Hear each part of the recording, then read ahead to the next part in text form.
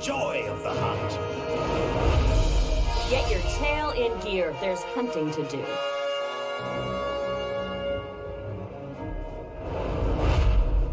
With this armor, I am ready for the hunt.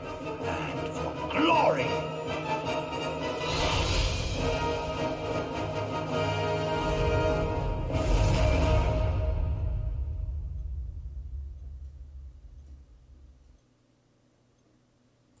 You heard it, folks. It is Monster Hunter time in Dragalia.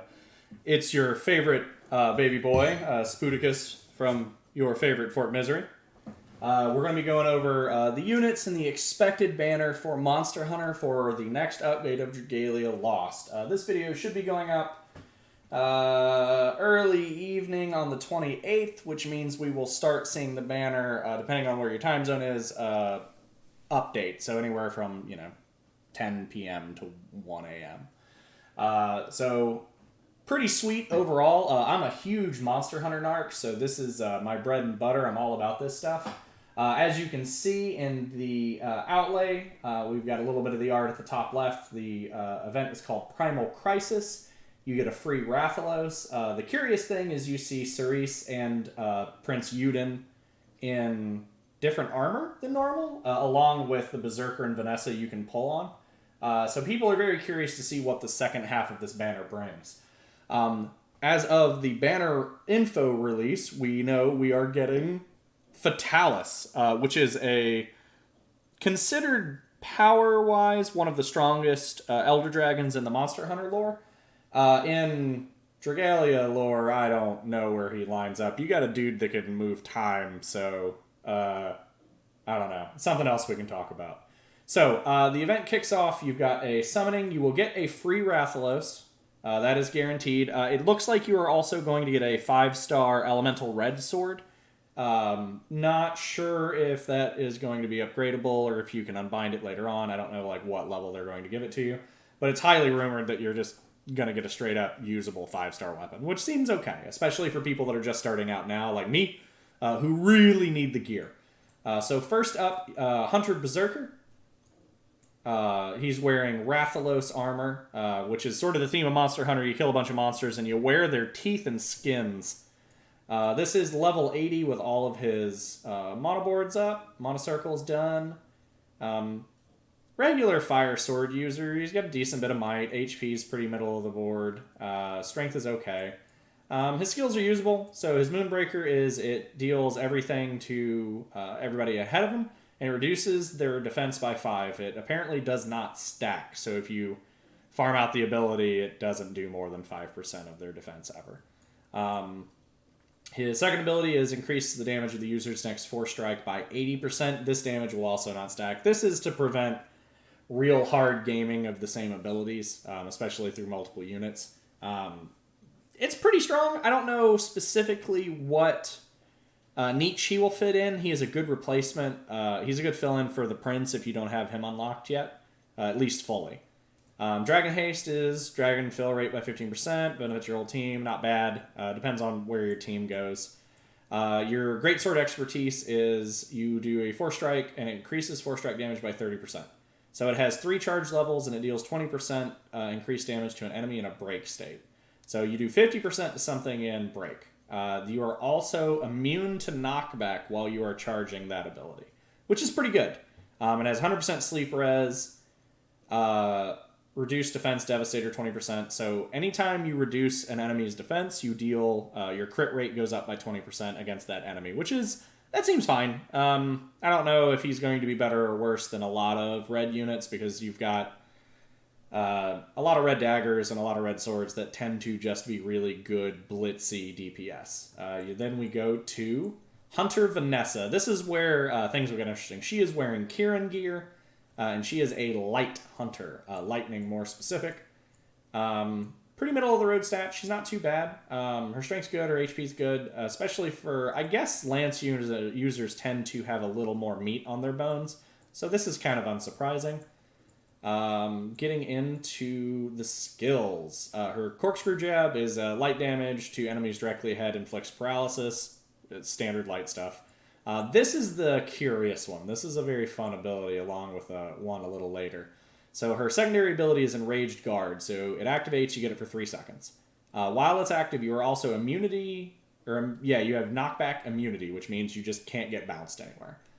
You also take 70% less damage from the first hit you take in those 3 seconds. If you take damage during Enraged Guard, so you've got a 3-second window, your strength goes up by 30% for 90 seconds, so a minute and a half. It does not stack, but that's a lot of that's a pretty big jump in damage, especially if she ends up with some high gear. Co-abilities, standard lance, 15% HP, pretty good. This is where things get really interesting. So lance expertise 2, she gets a unique force strike, and it increases force strike damage by 30%. It has 2 charge levels. After the first level is charged, damage taken from an enemy will be reduced, so you get sort of a shield from them.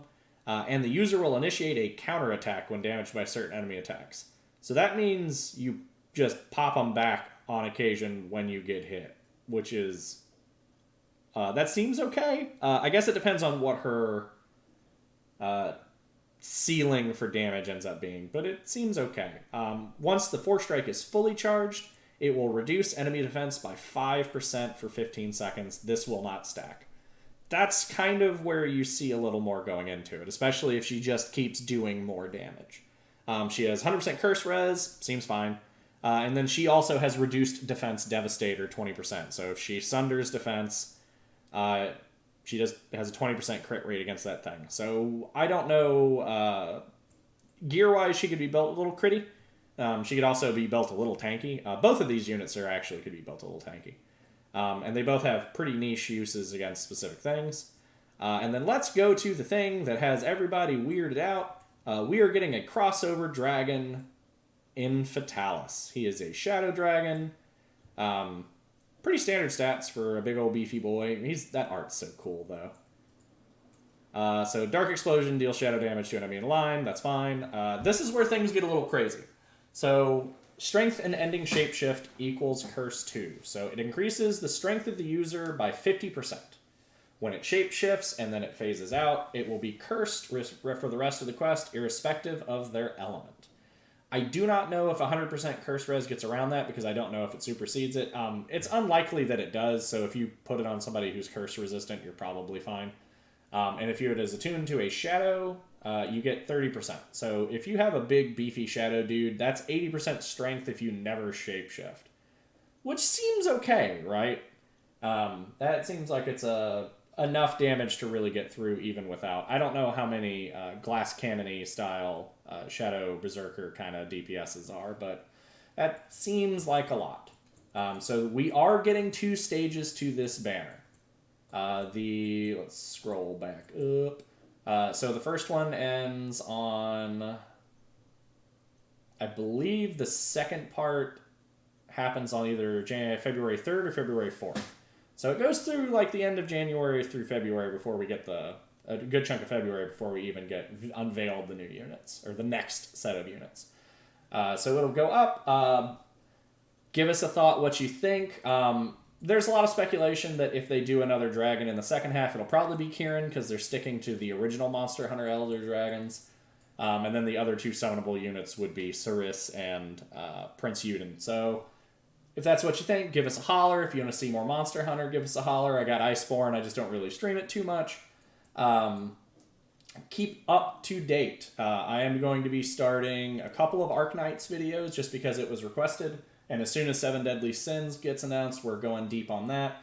I will definitely be doing some summons on this, so I will post those up when they go live. Just because, why not? I mean, I'm a new account. I've got 5,000 odd stones to blow on it. You get free summons, so you get a free tenfold every day for this summon, which is a little crazy. But it's real good for new players. I just started playing like a week ago, and I got the Galaluka, although it took me 54 reroll, or 54 multis if you count all the rerolls that I did. So that's it for this. We'll come back with another Monster Hunter. I'll probably do 2 parts for the event, one for the poll and one for the actual raid where you fight Fatalis. Probably do the story coverage too, because there's no reason not to for you guys. So if there's anything else you want to see, if you want us to stream sort of more of the story mode since I'm going through it, or some of the raids, go ahead and give us a holler. Leave us a like, subscribe, tag the bell if you want to see it, and keep up with us because we're doing dragon hunting, guys. All right, y'all have a good one.